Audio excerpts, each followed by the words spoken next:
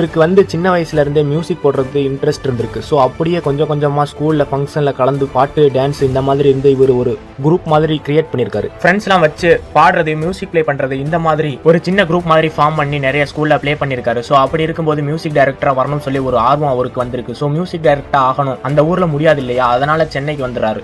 சென்னைக்கு வந்து லோயாலா காலேஜ்ல விஸ்காம் சேர்ந்திருக்காரு. விஸ்காம் படிச்சுக்கிட்டே நிறைய மியூசிக் ஸ்டுடியோலாம் இருக்கும்ல, அங்க வேலைக்கு தேடி இருக்காரு. ஸோ எப்படி தேடினாருன்னா, எடுத்தோன்னே எனக்கு மியூசிக்கை பற்றி தெரியும், நான் சவுண்ட் இன்ஜினியராக ஆக போகிறேன் இப்படின்னு சொல்லாமல், உங்கள் ஸ்டுடியோவில் ஒரு ஆஃபீஸ் பாயா இல்லை பெருக்கிற வேலை, டீ வாங்குறது, அந்த மாதிரி கூட எனக்கு கொடுங்க அப்படின்னு அப்ரோச் பண்ணி அந்த ஸ்டுடியோவில் வேலைக்கு சேர்ந்துடுறாரு. அங்கே வேலை செஞ்சுக்கிட்டே எல்லாருக்கும் டீ வாங்கி கொடுத்துக்கிட்டே அங்கே எல்லாரும் எப்படி வேலை செய்கிறாங்க, சவுண்ட் இன்ஜினியர், ஆடியோ இன்ஜினியர் எப்படியெல்லாம் ஒர்க் பண்ணுறாங்க. ஸோ இதை எல்லாத்தையும் நோட் பண்ணி இவரும் ஒரு சவுண்ட் இன்ஜினியராக ஒர்க் பண்ண ஆரம்பிச்சிருக்காரு. அப்படி பண்ணிட்டு இருக்கும்போது தான் ராடன் மீடியாவில் இவர் வந்து ஒர்க் பண்ண ஆரம்பிச்சிருக்காரு. இவருடைய ஒர்க் வந்து ராதிகா அவர்களுக்கு ரொம்ப பிடிச்சி போச்சான். அப்படி இவர் வந்து மியூசிக் போட்ட ஃபர்ஸ்ட் சாங் தான் சின்ன பாப்பா பெரிய பாப்பா, அந்த சீரியலோட